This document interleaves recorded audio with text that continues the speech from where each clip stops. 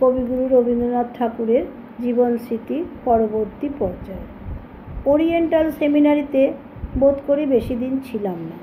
তাহার পরে নর্মাল স্কুলে ভর্তি হইলাম।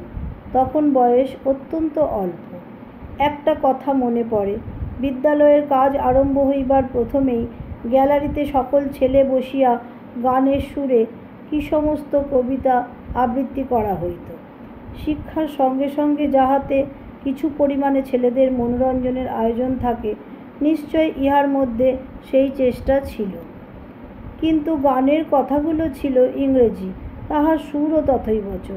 আমরা যে কি মন্ত্র আওড়াইতেছি এবং কি অনুষ্ঠান করিতেছি তাহাই কিছুই বুঝিতাম না। প্রত্যহ সেই একটা অর্থহীন একঘেয়ে ব্যাপারে যোগ দেওয়া আমাদের কাছে সুখকর ছিল না।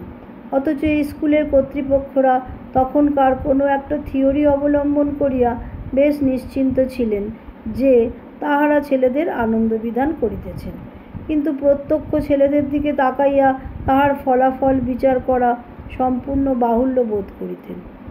যেন তাহাদের থিওরি অনুসারে আনন্দ পাওয়া ছেলেদের একটা কর্তব্য, না পাওয়া তাহাদের অপরাধ।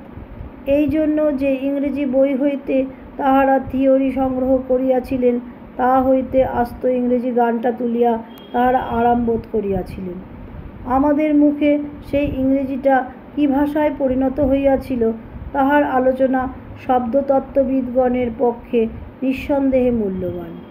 কেবল একটা লাইনই মনে পড়িতেছে, কলকি পুলকি সিঙ্গিল মেলালিং মেলালিং মেলালিং। অনেক চিন্তা করিয়া ইহার কিয়দংশের মূল উদ্ধার করিতে পারিয়াছি, কিন্তু কলকি কথাটা যে কিসের রূপান্তর তাহা আজও ভাবিয়া পাই নাই। বাকি অংশটা আমার বোধ হয় full of glee, singing merrily merrily merrily. নমস্কার, আজ এত পর্যন্ত।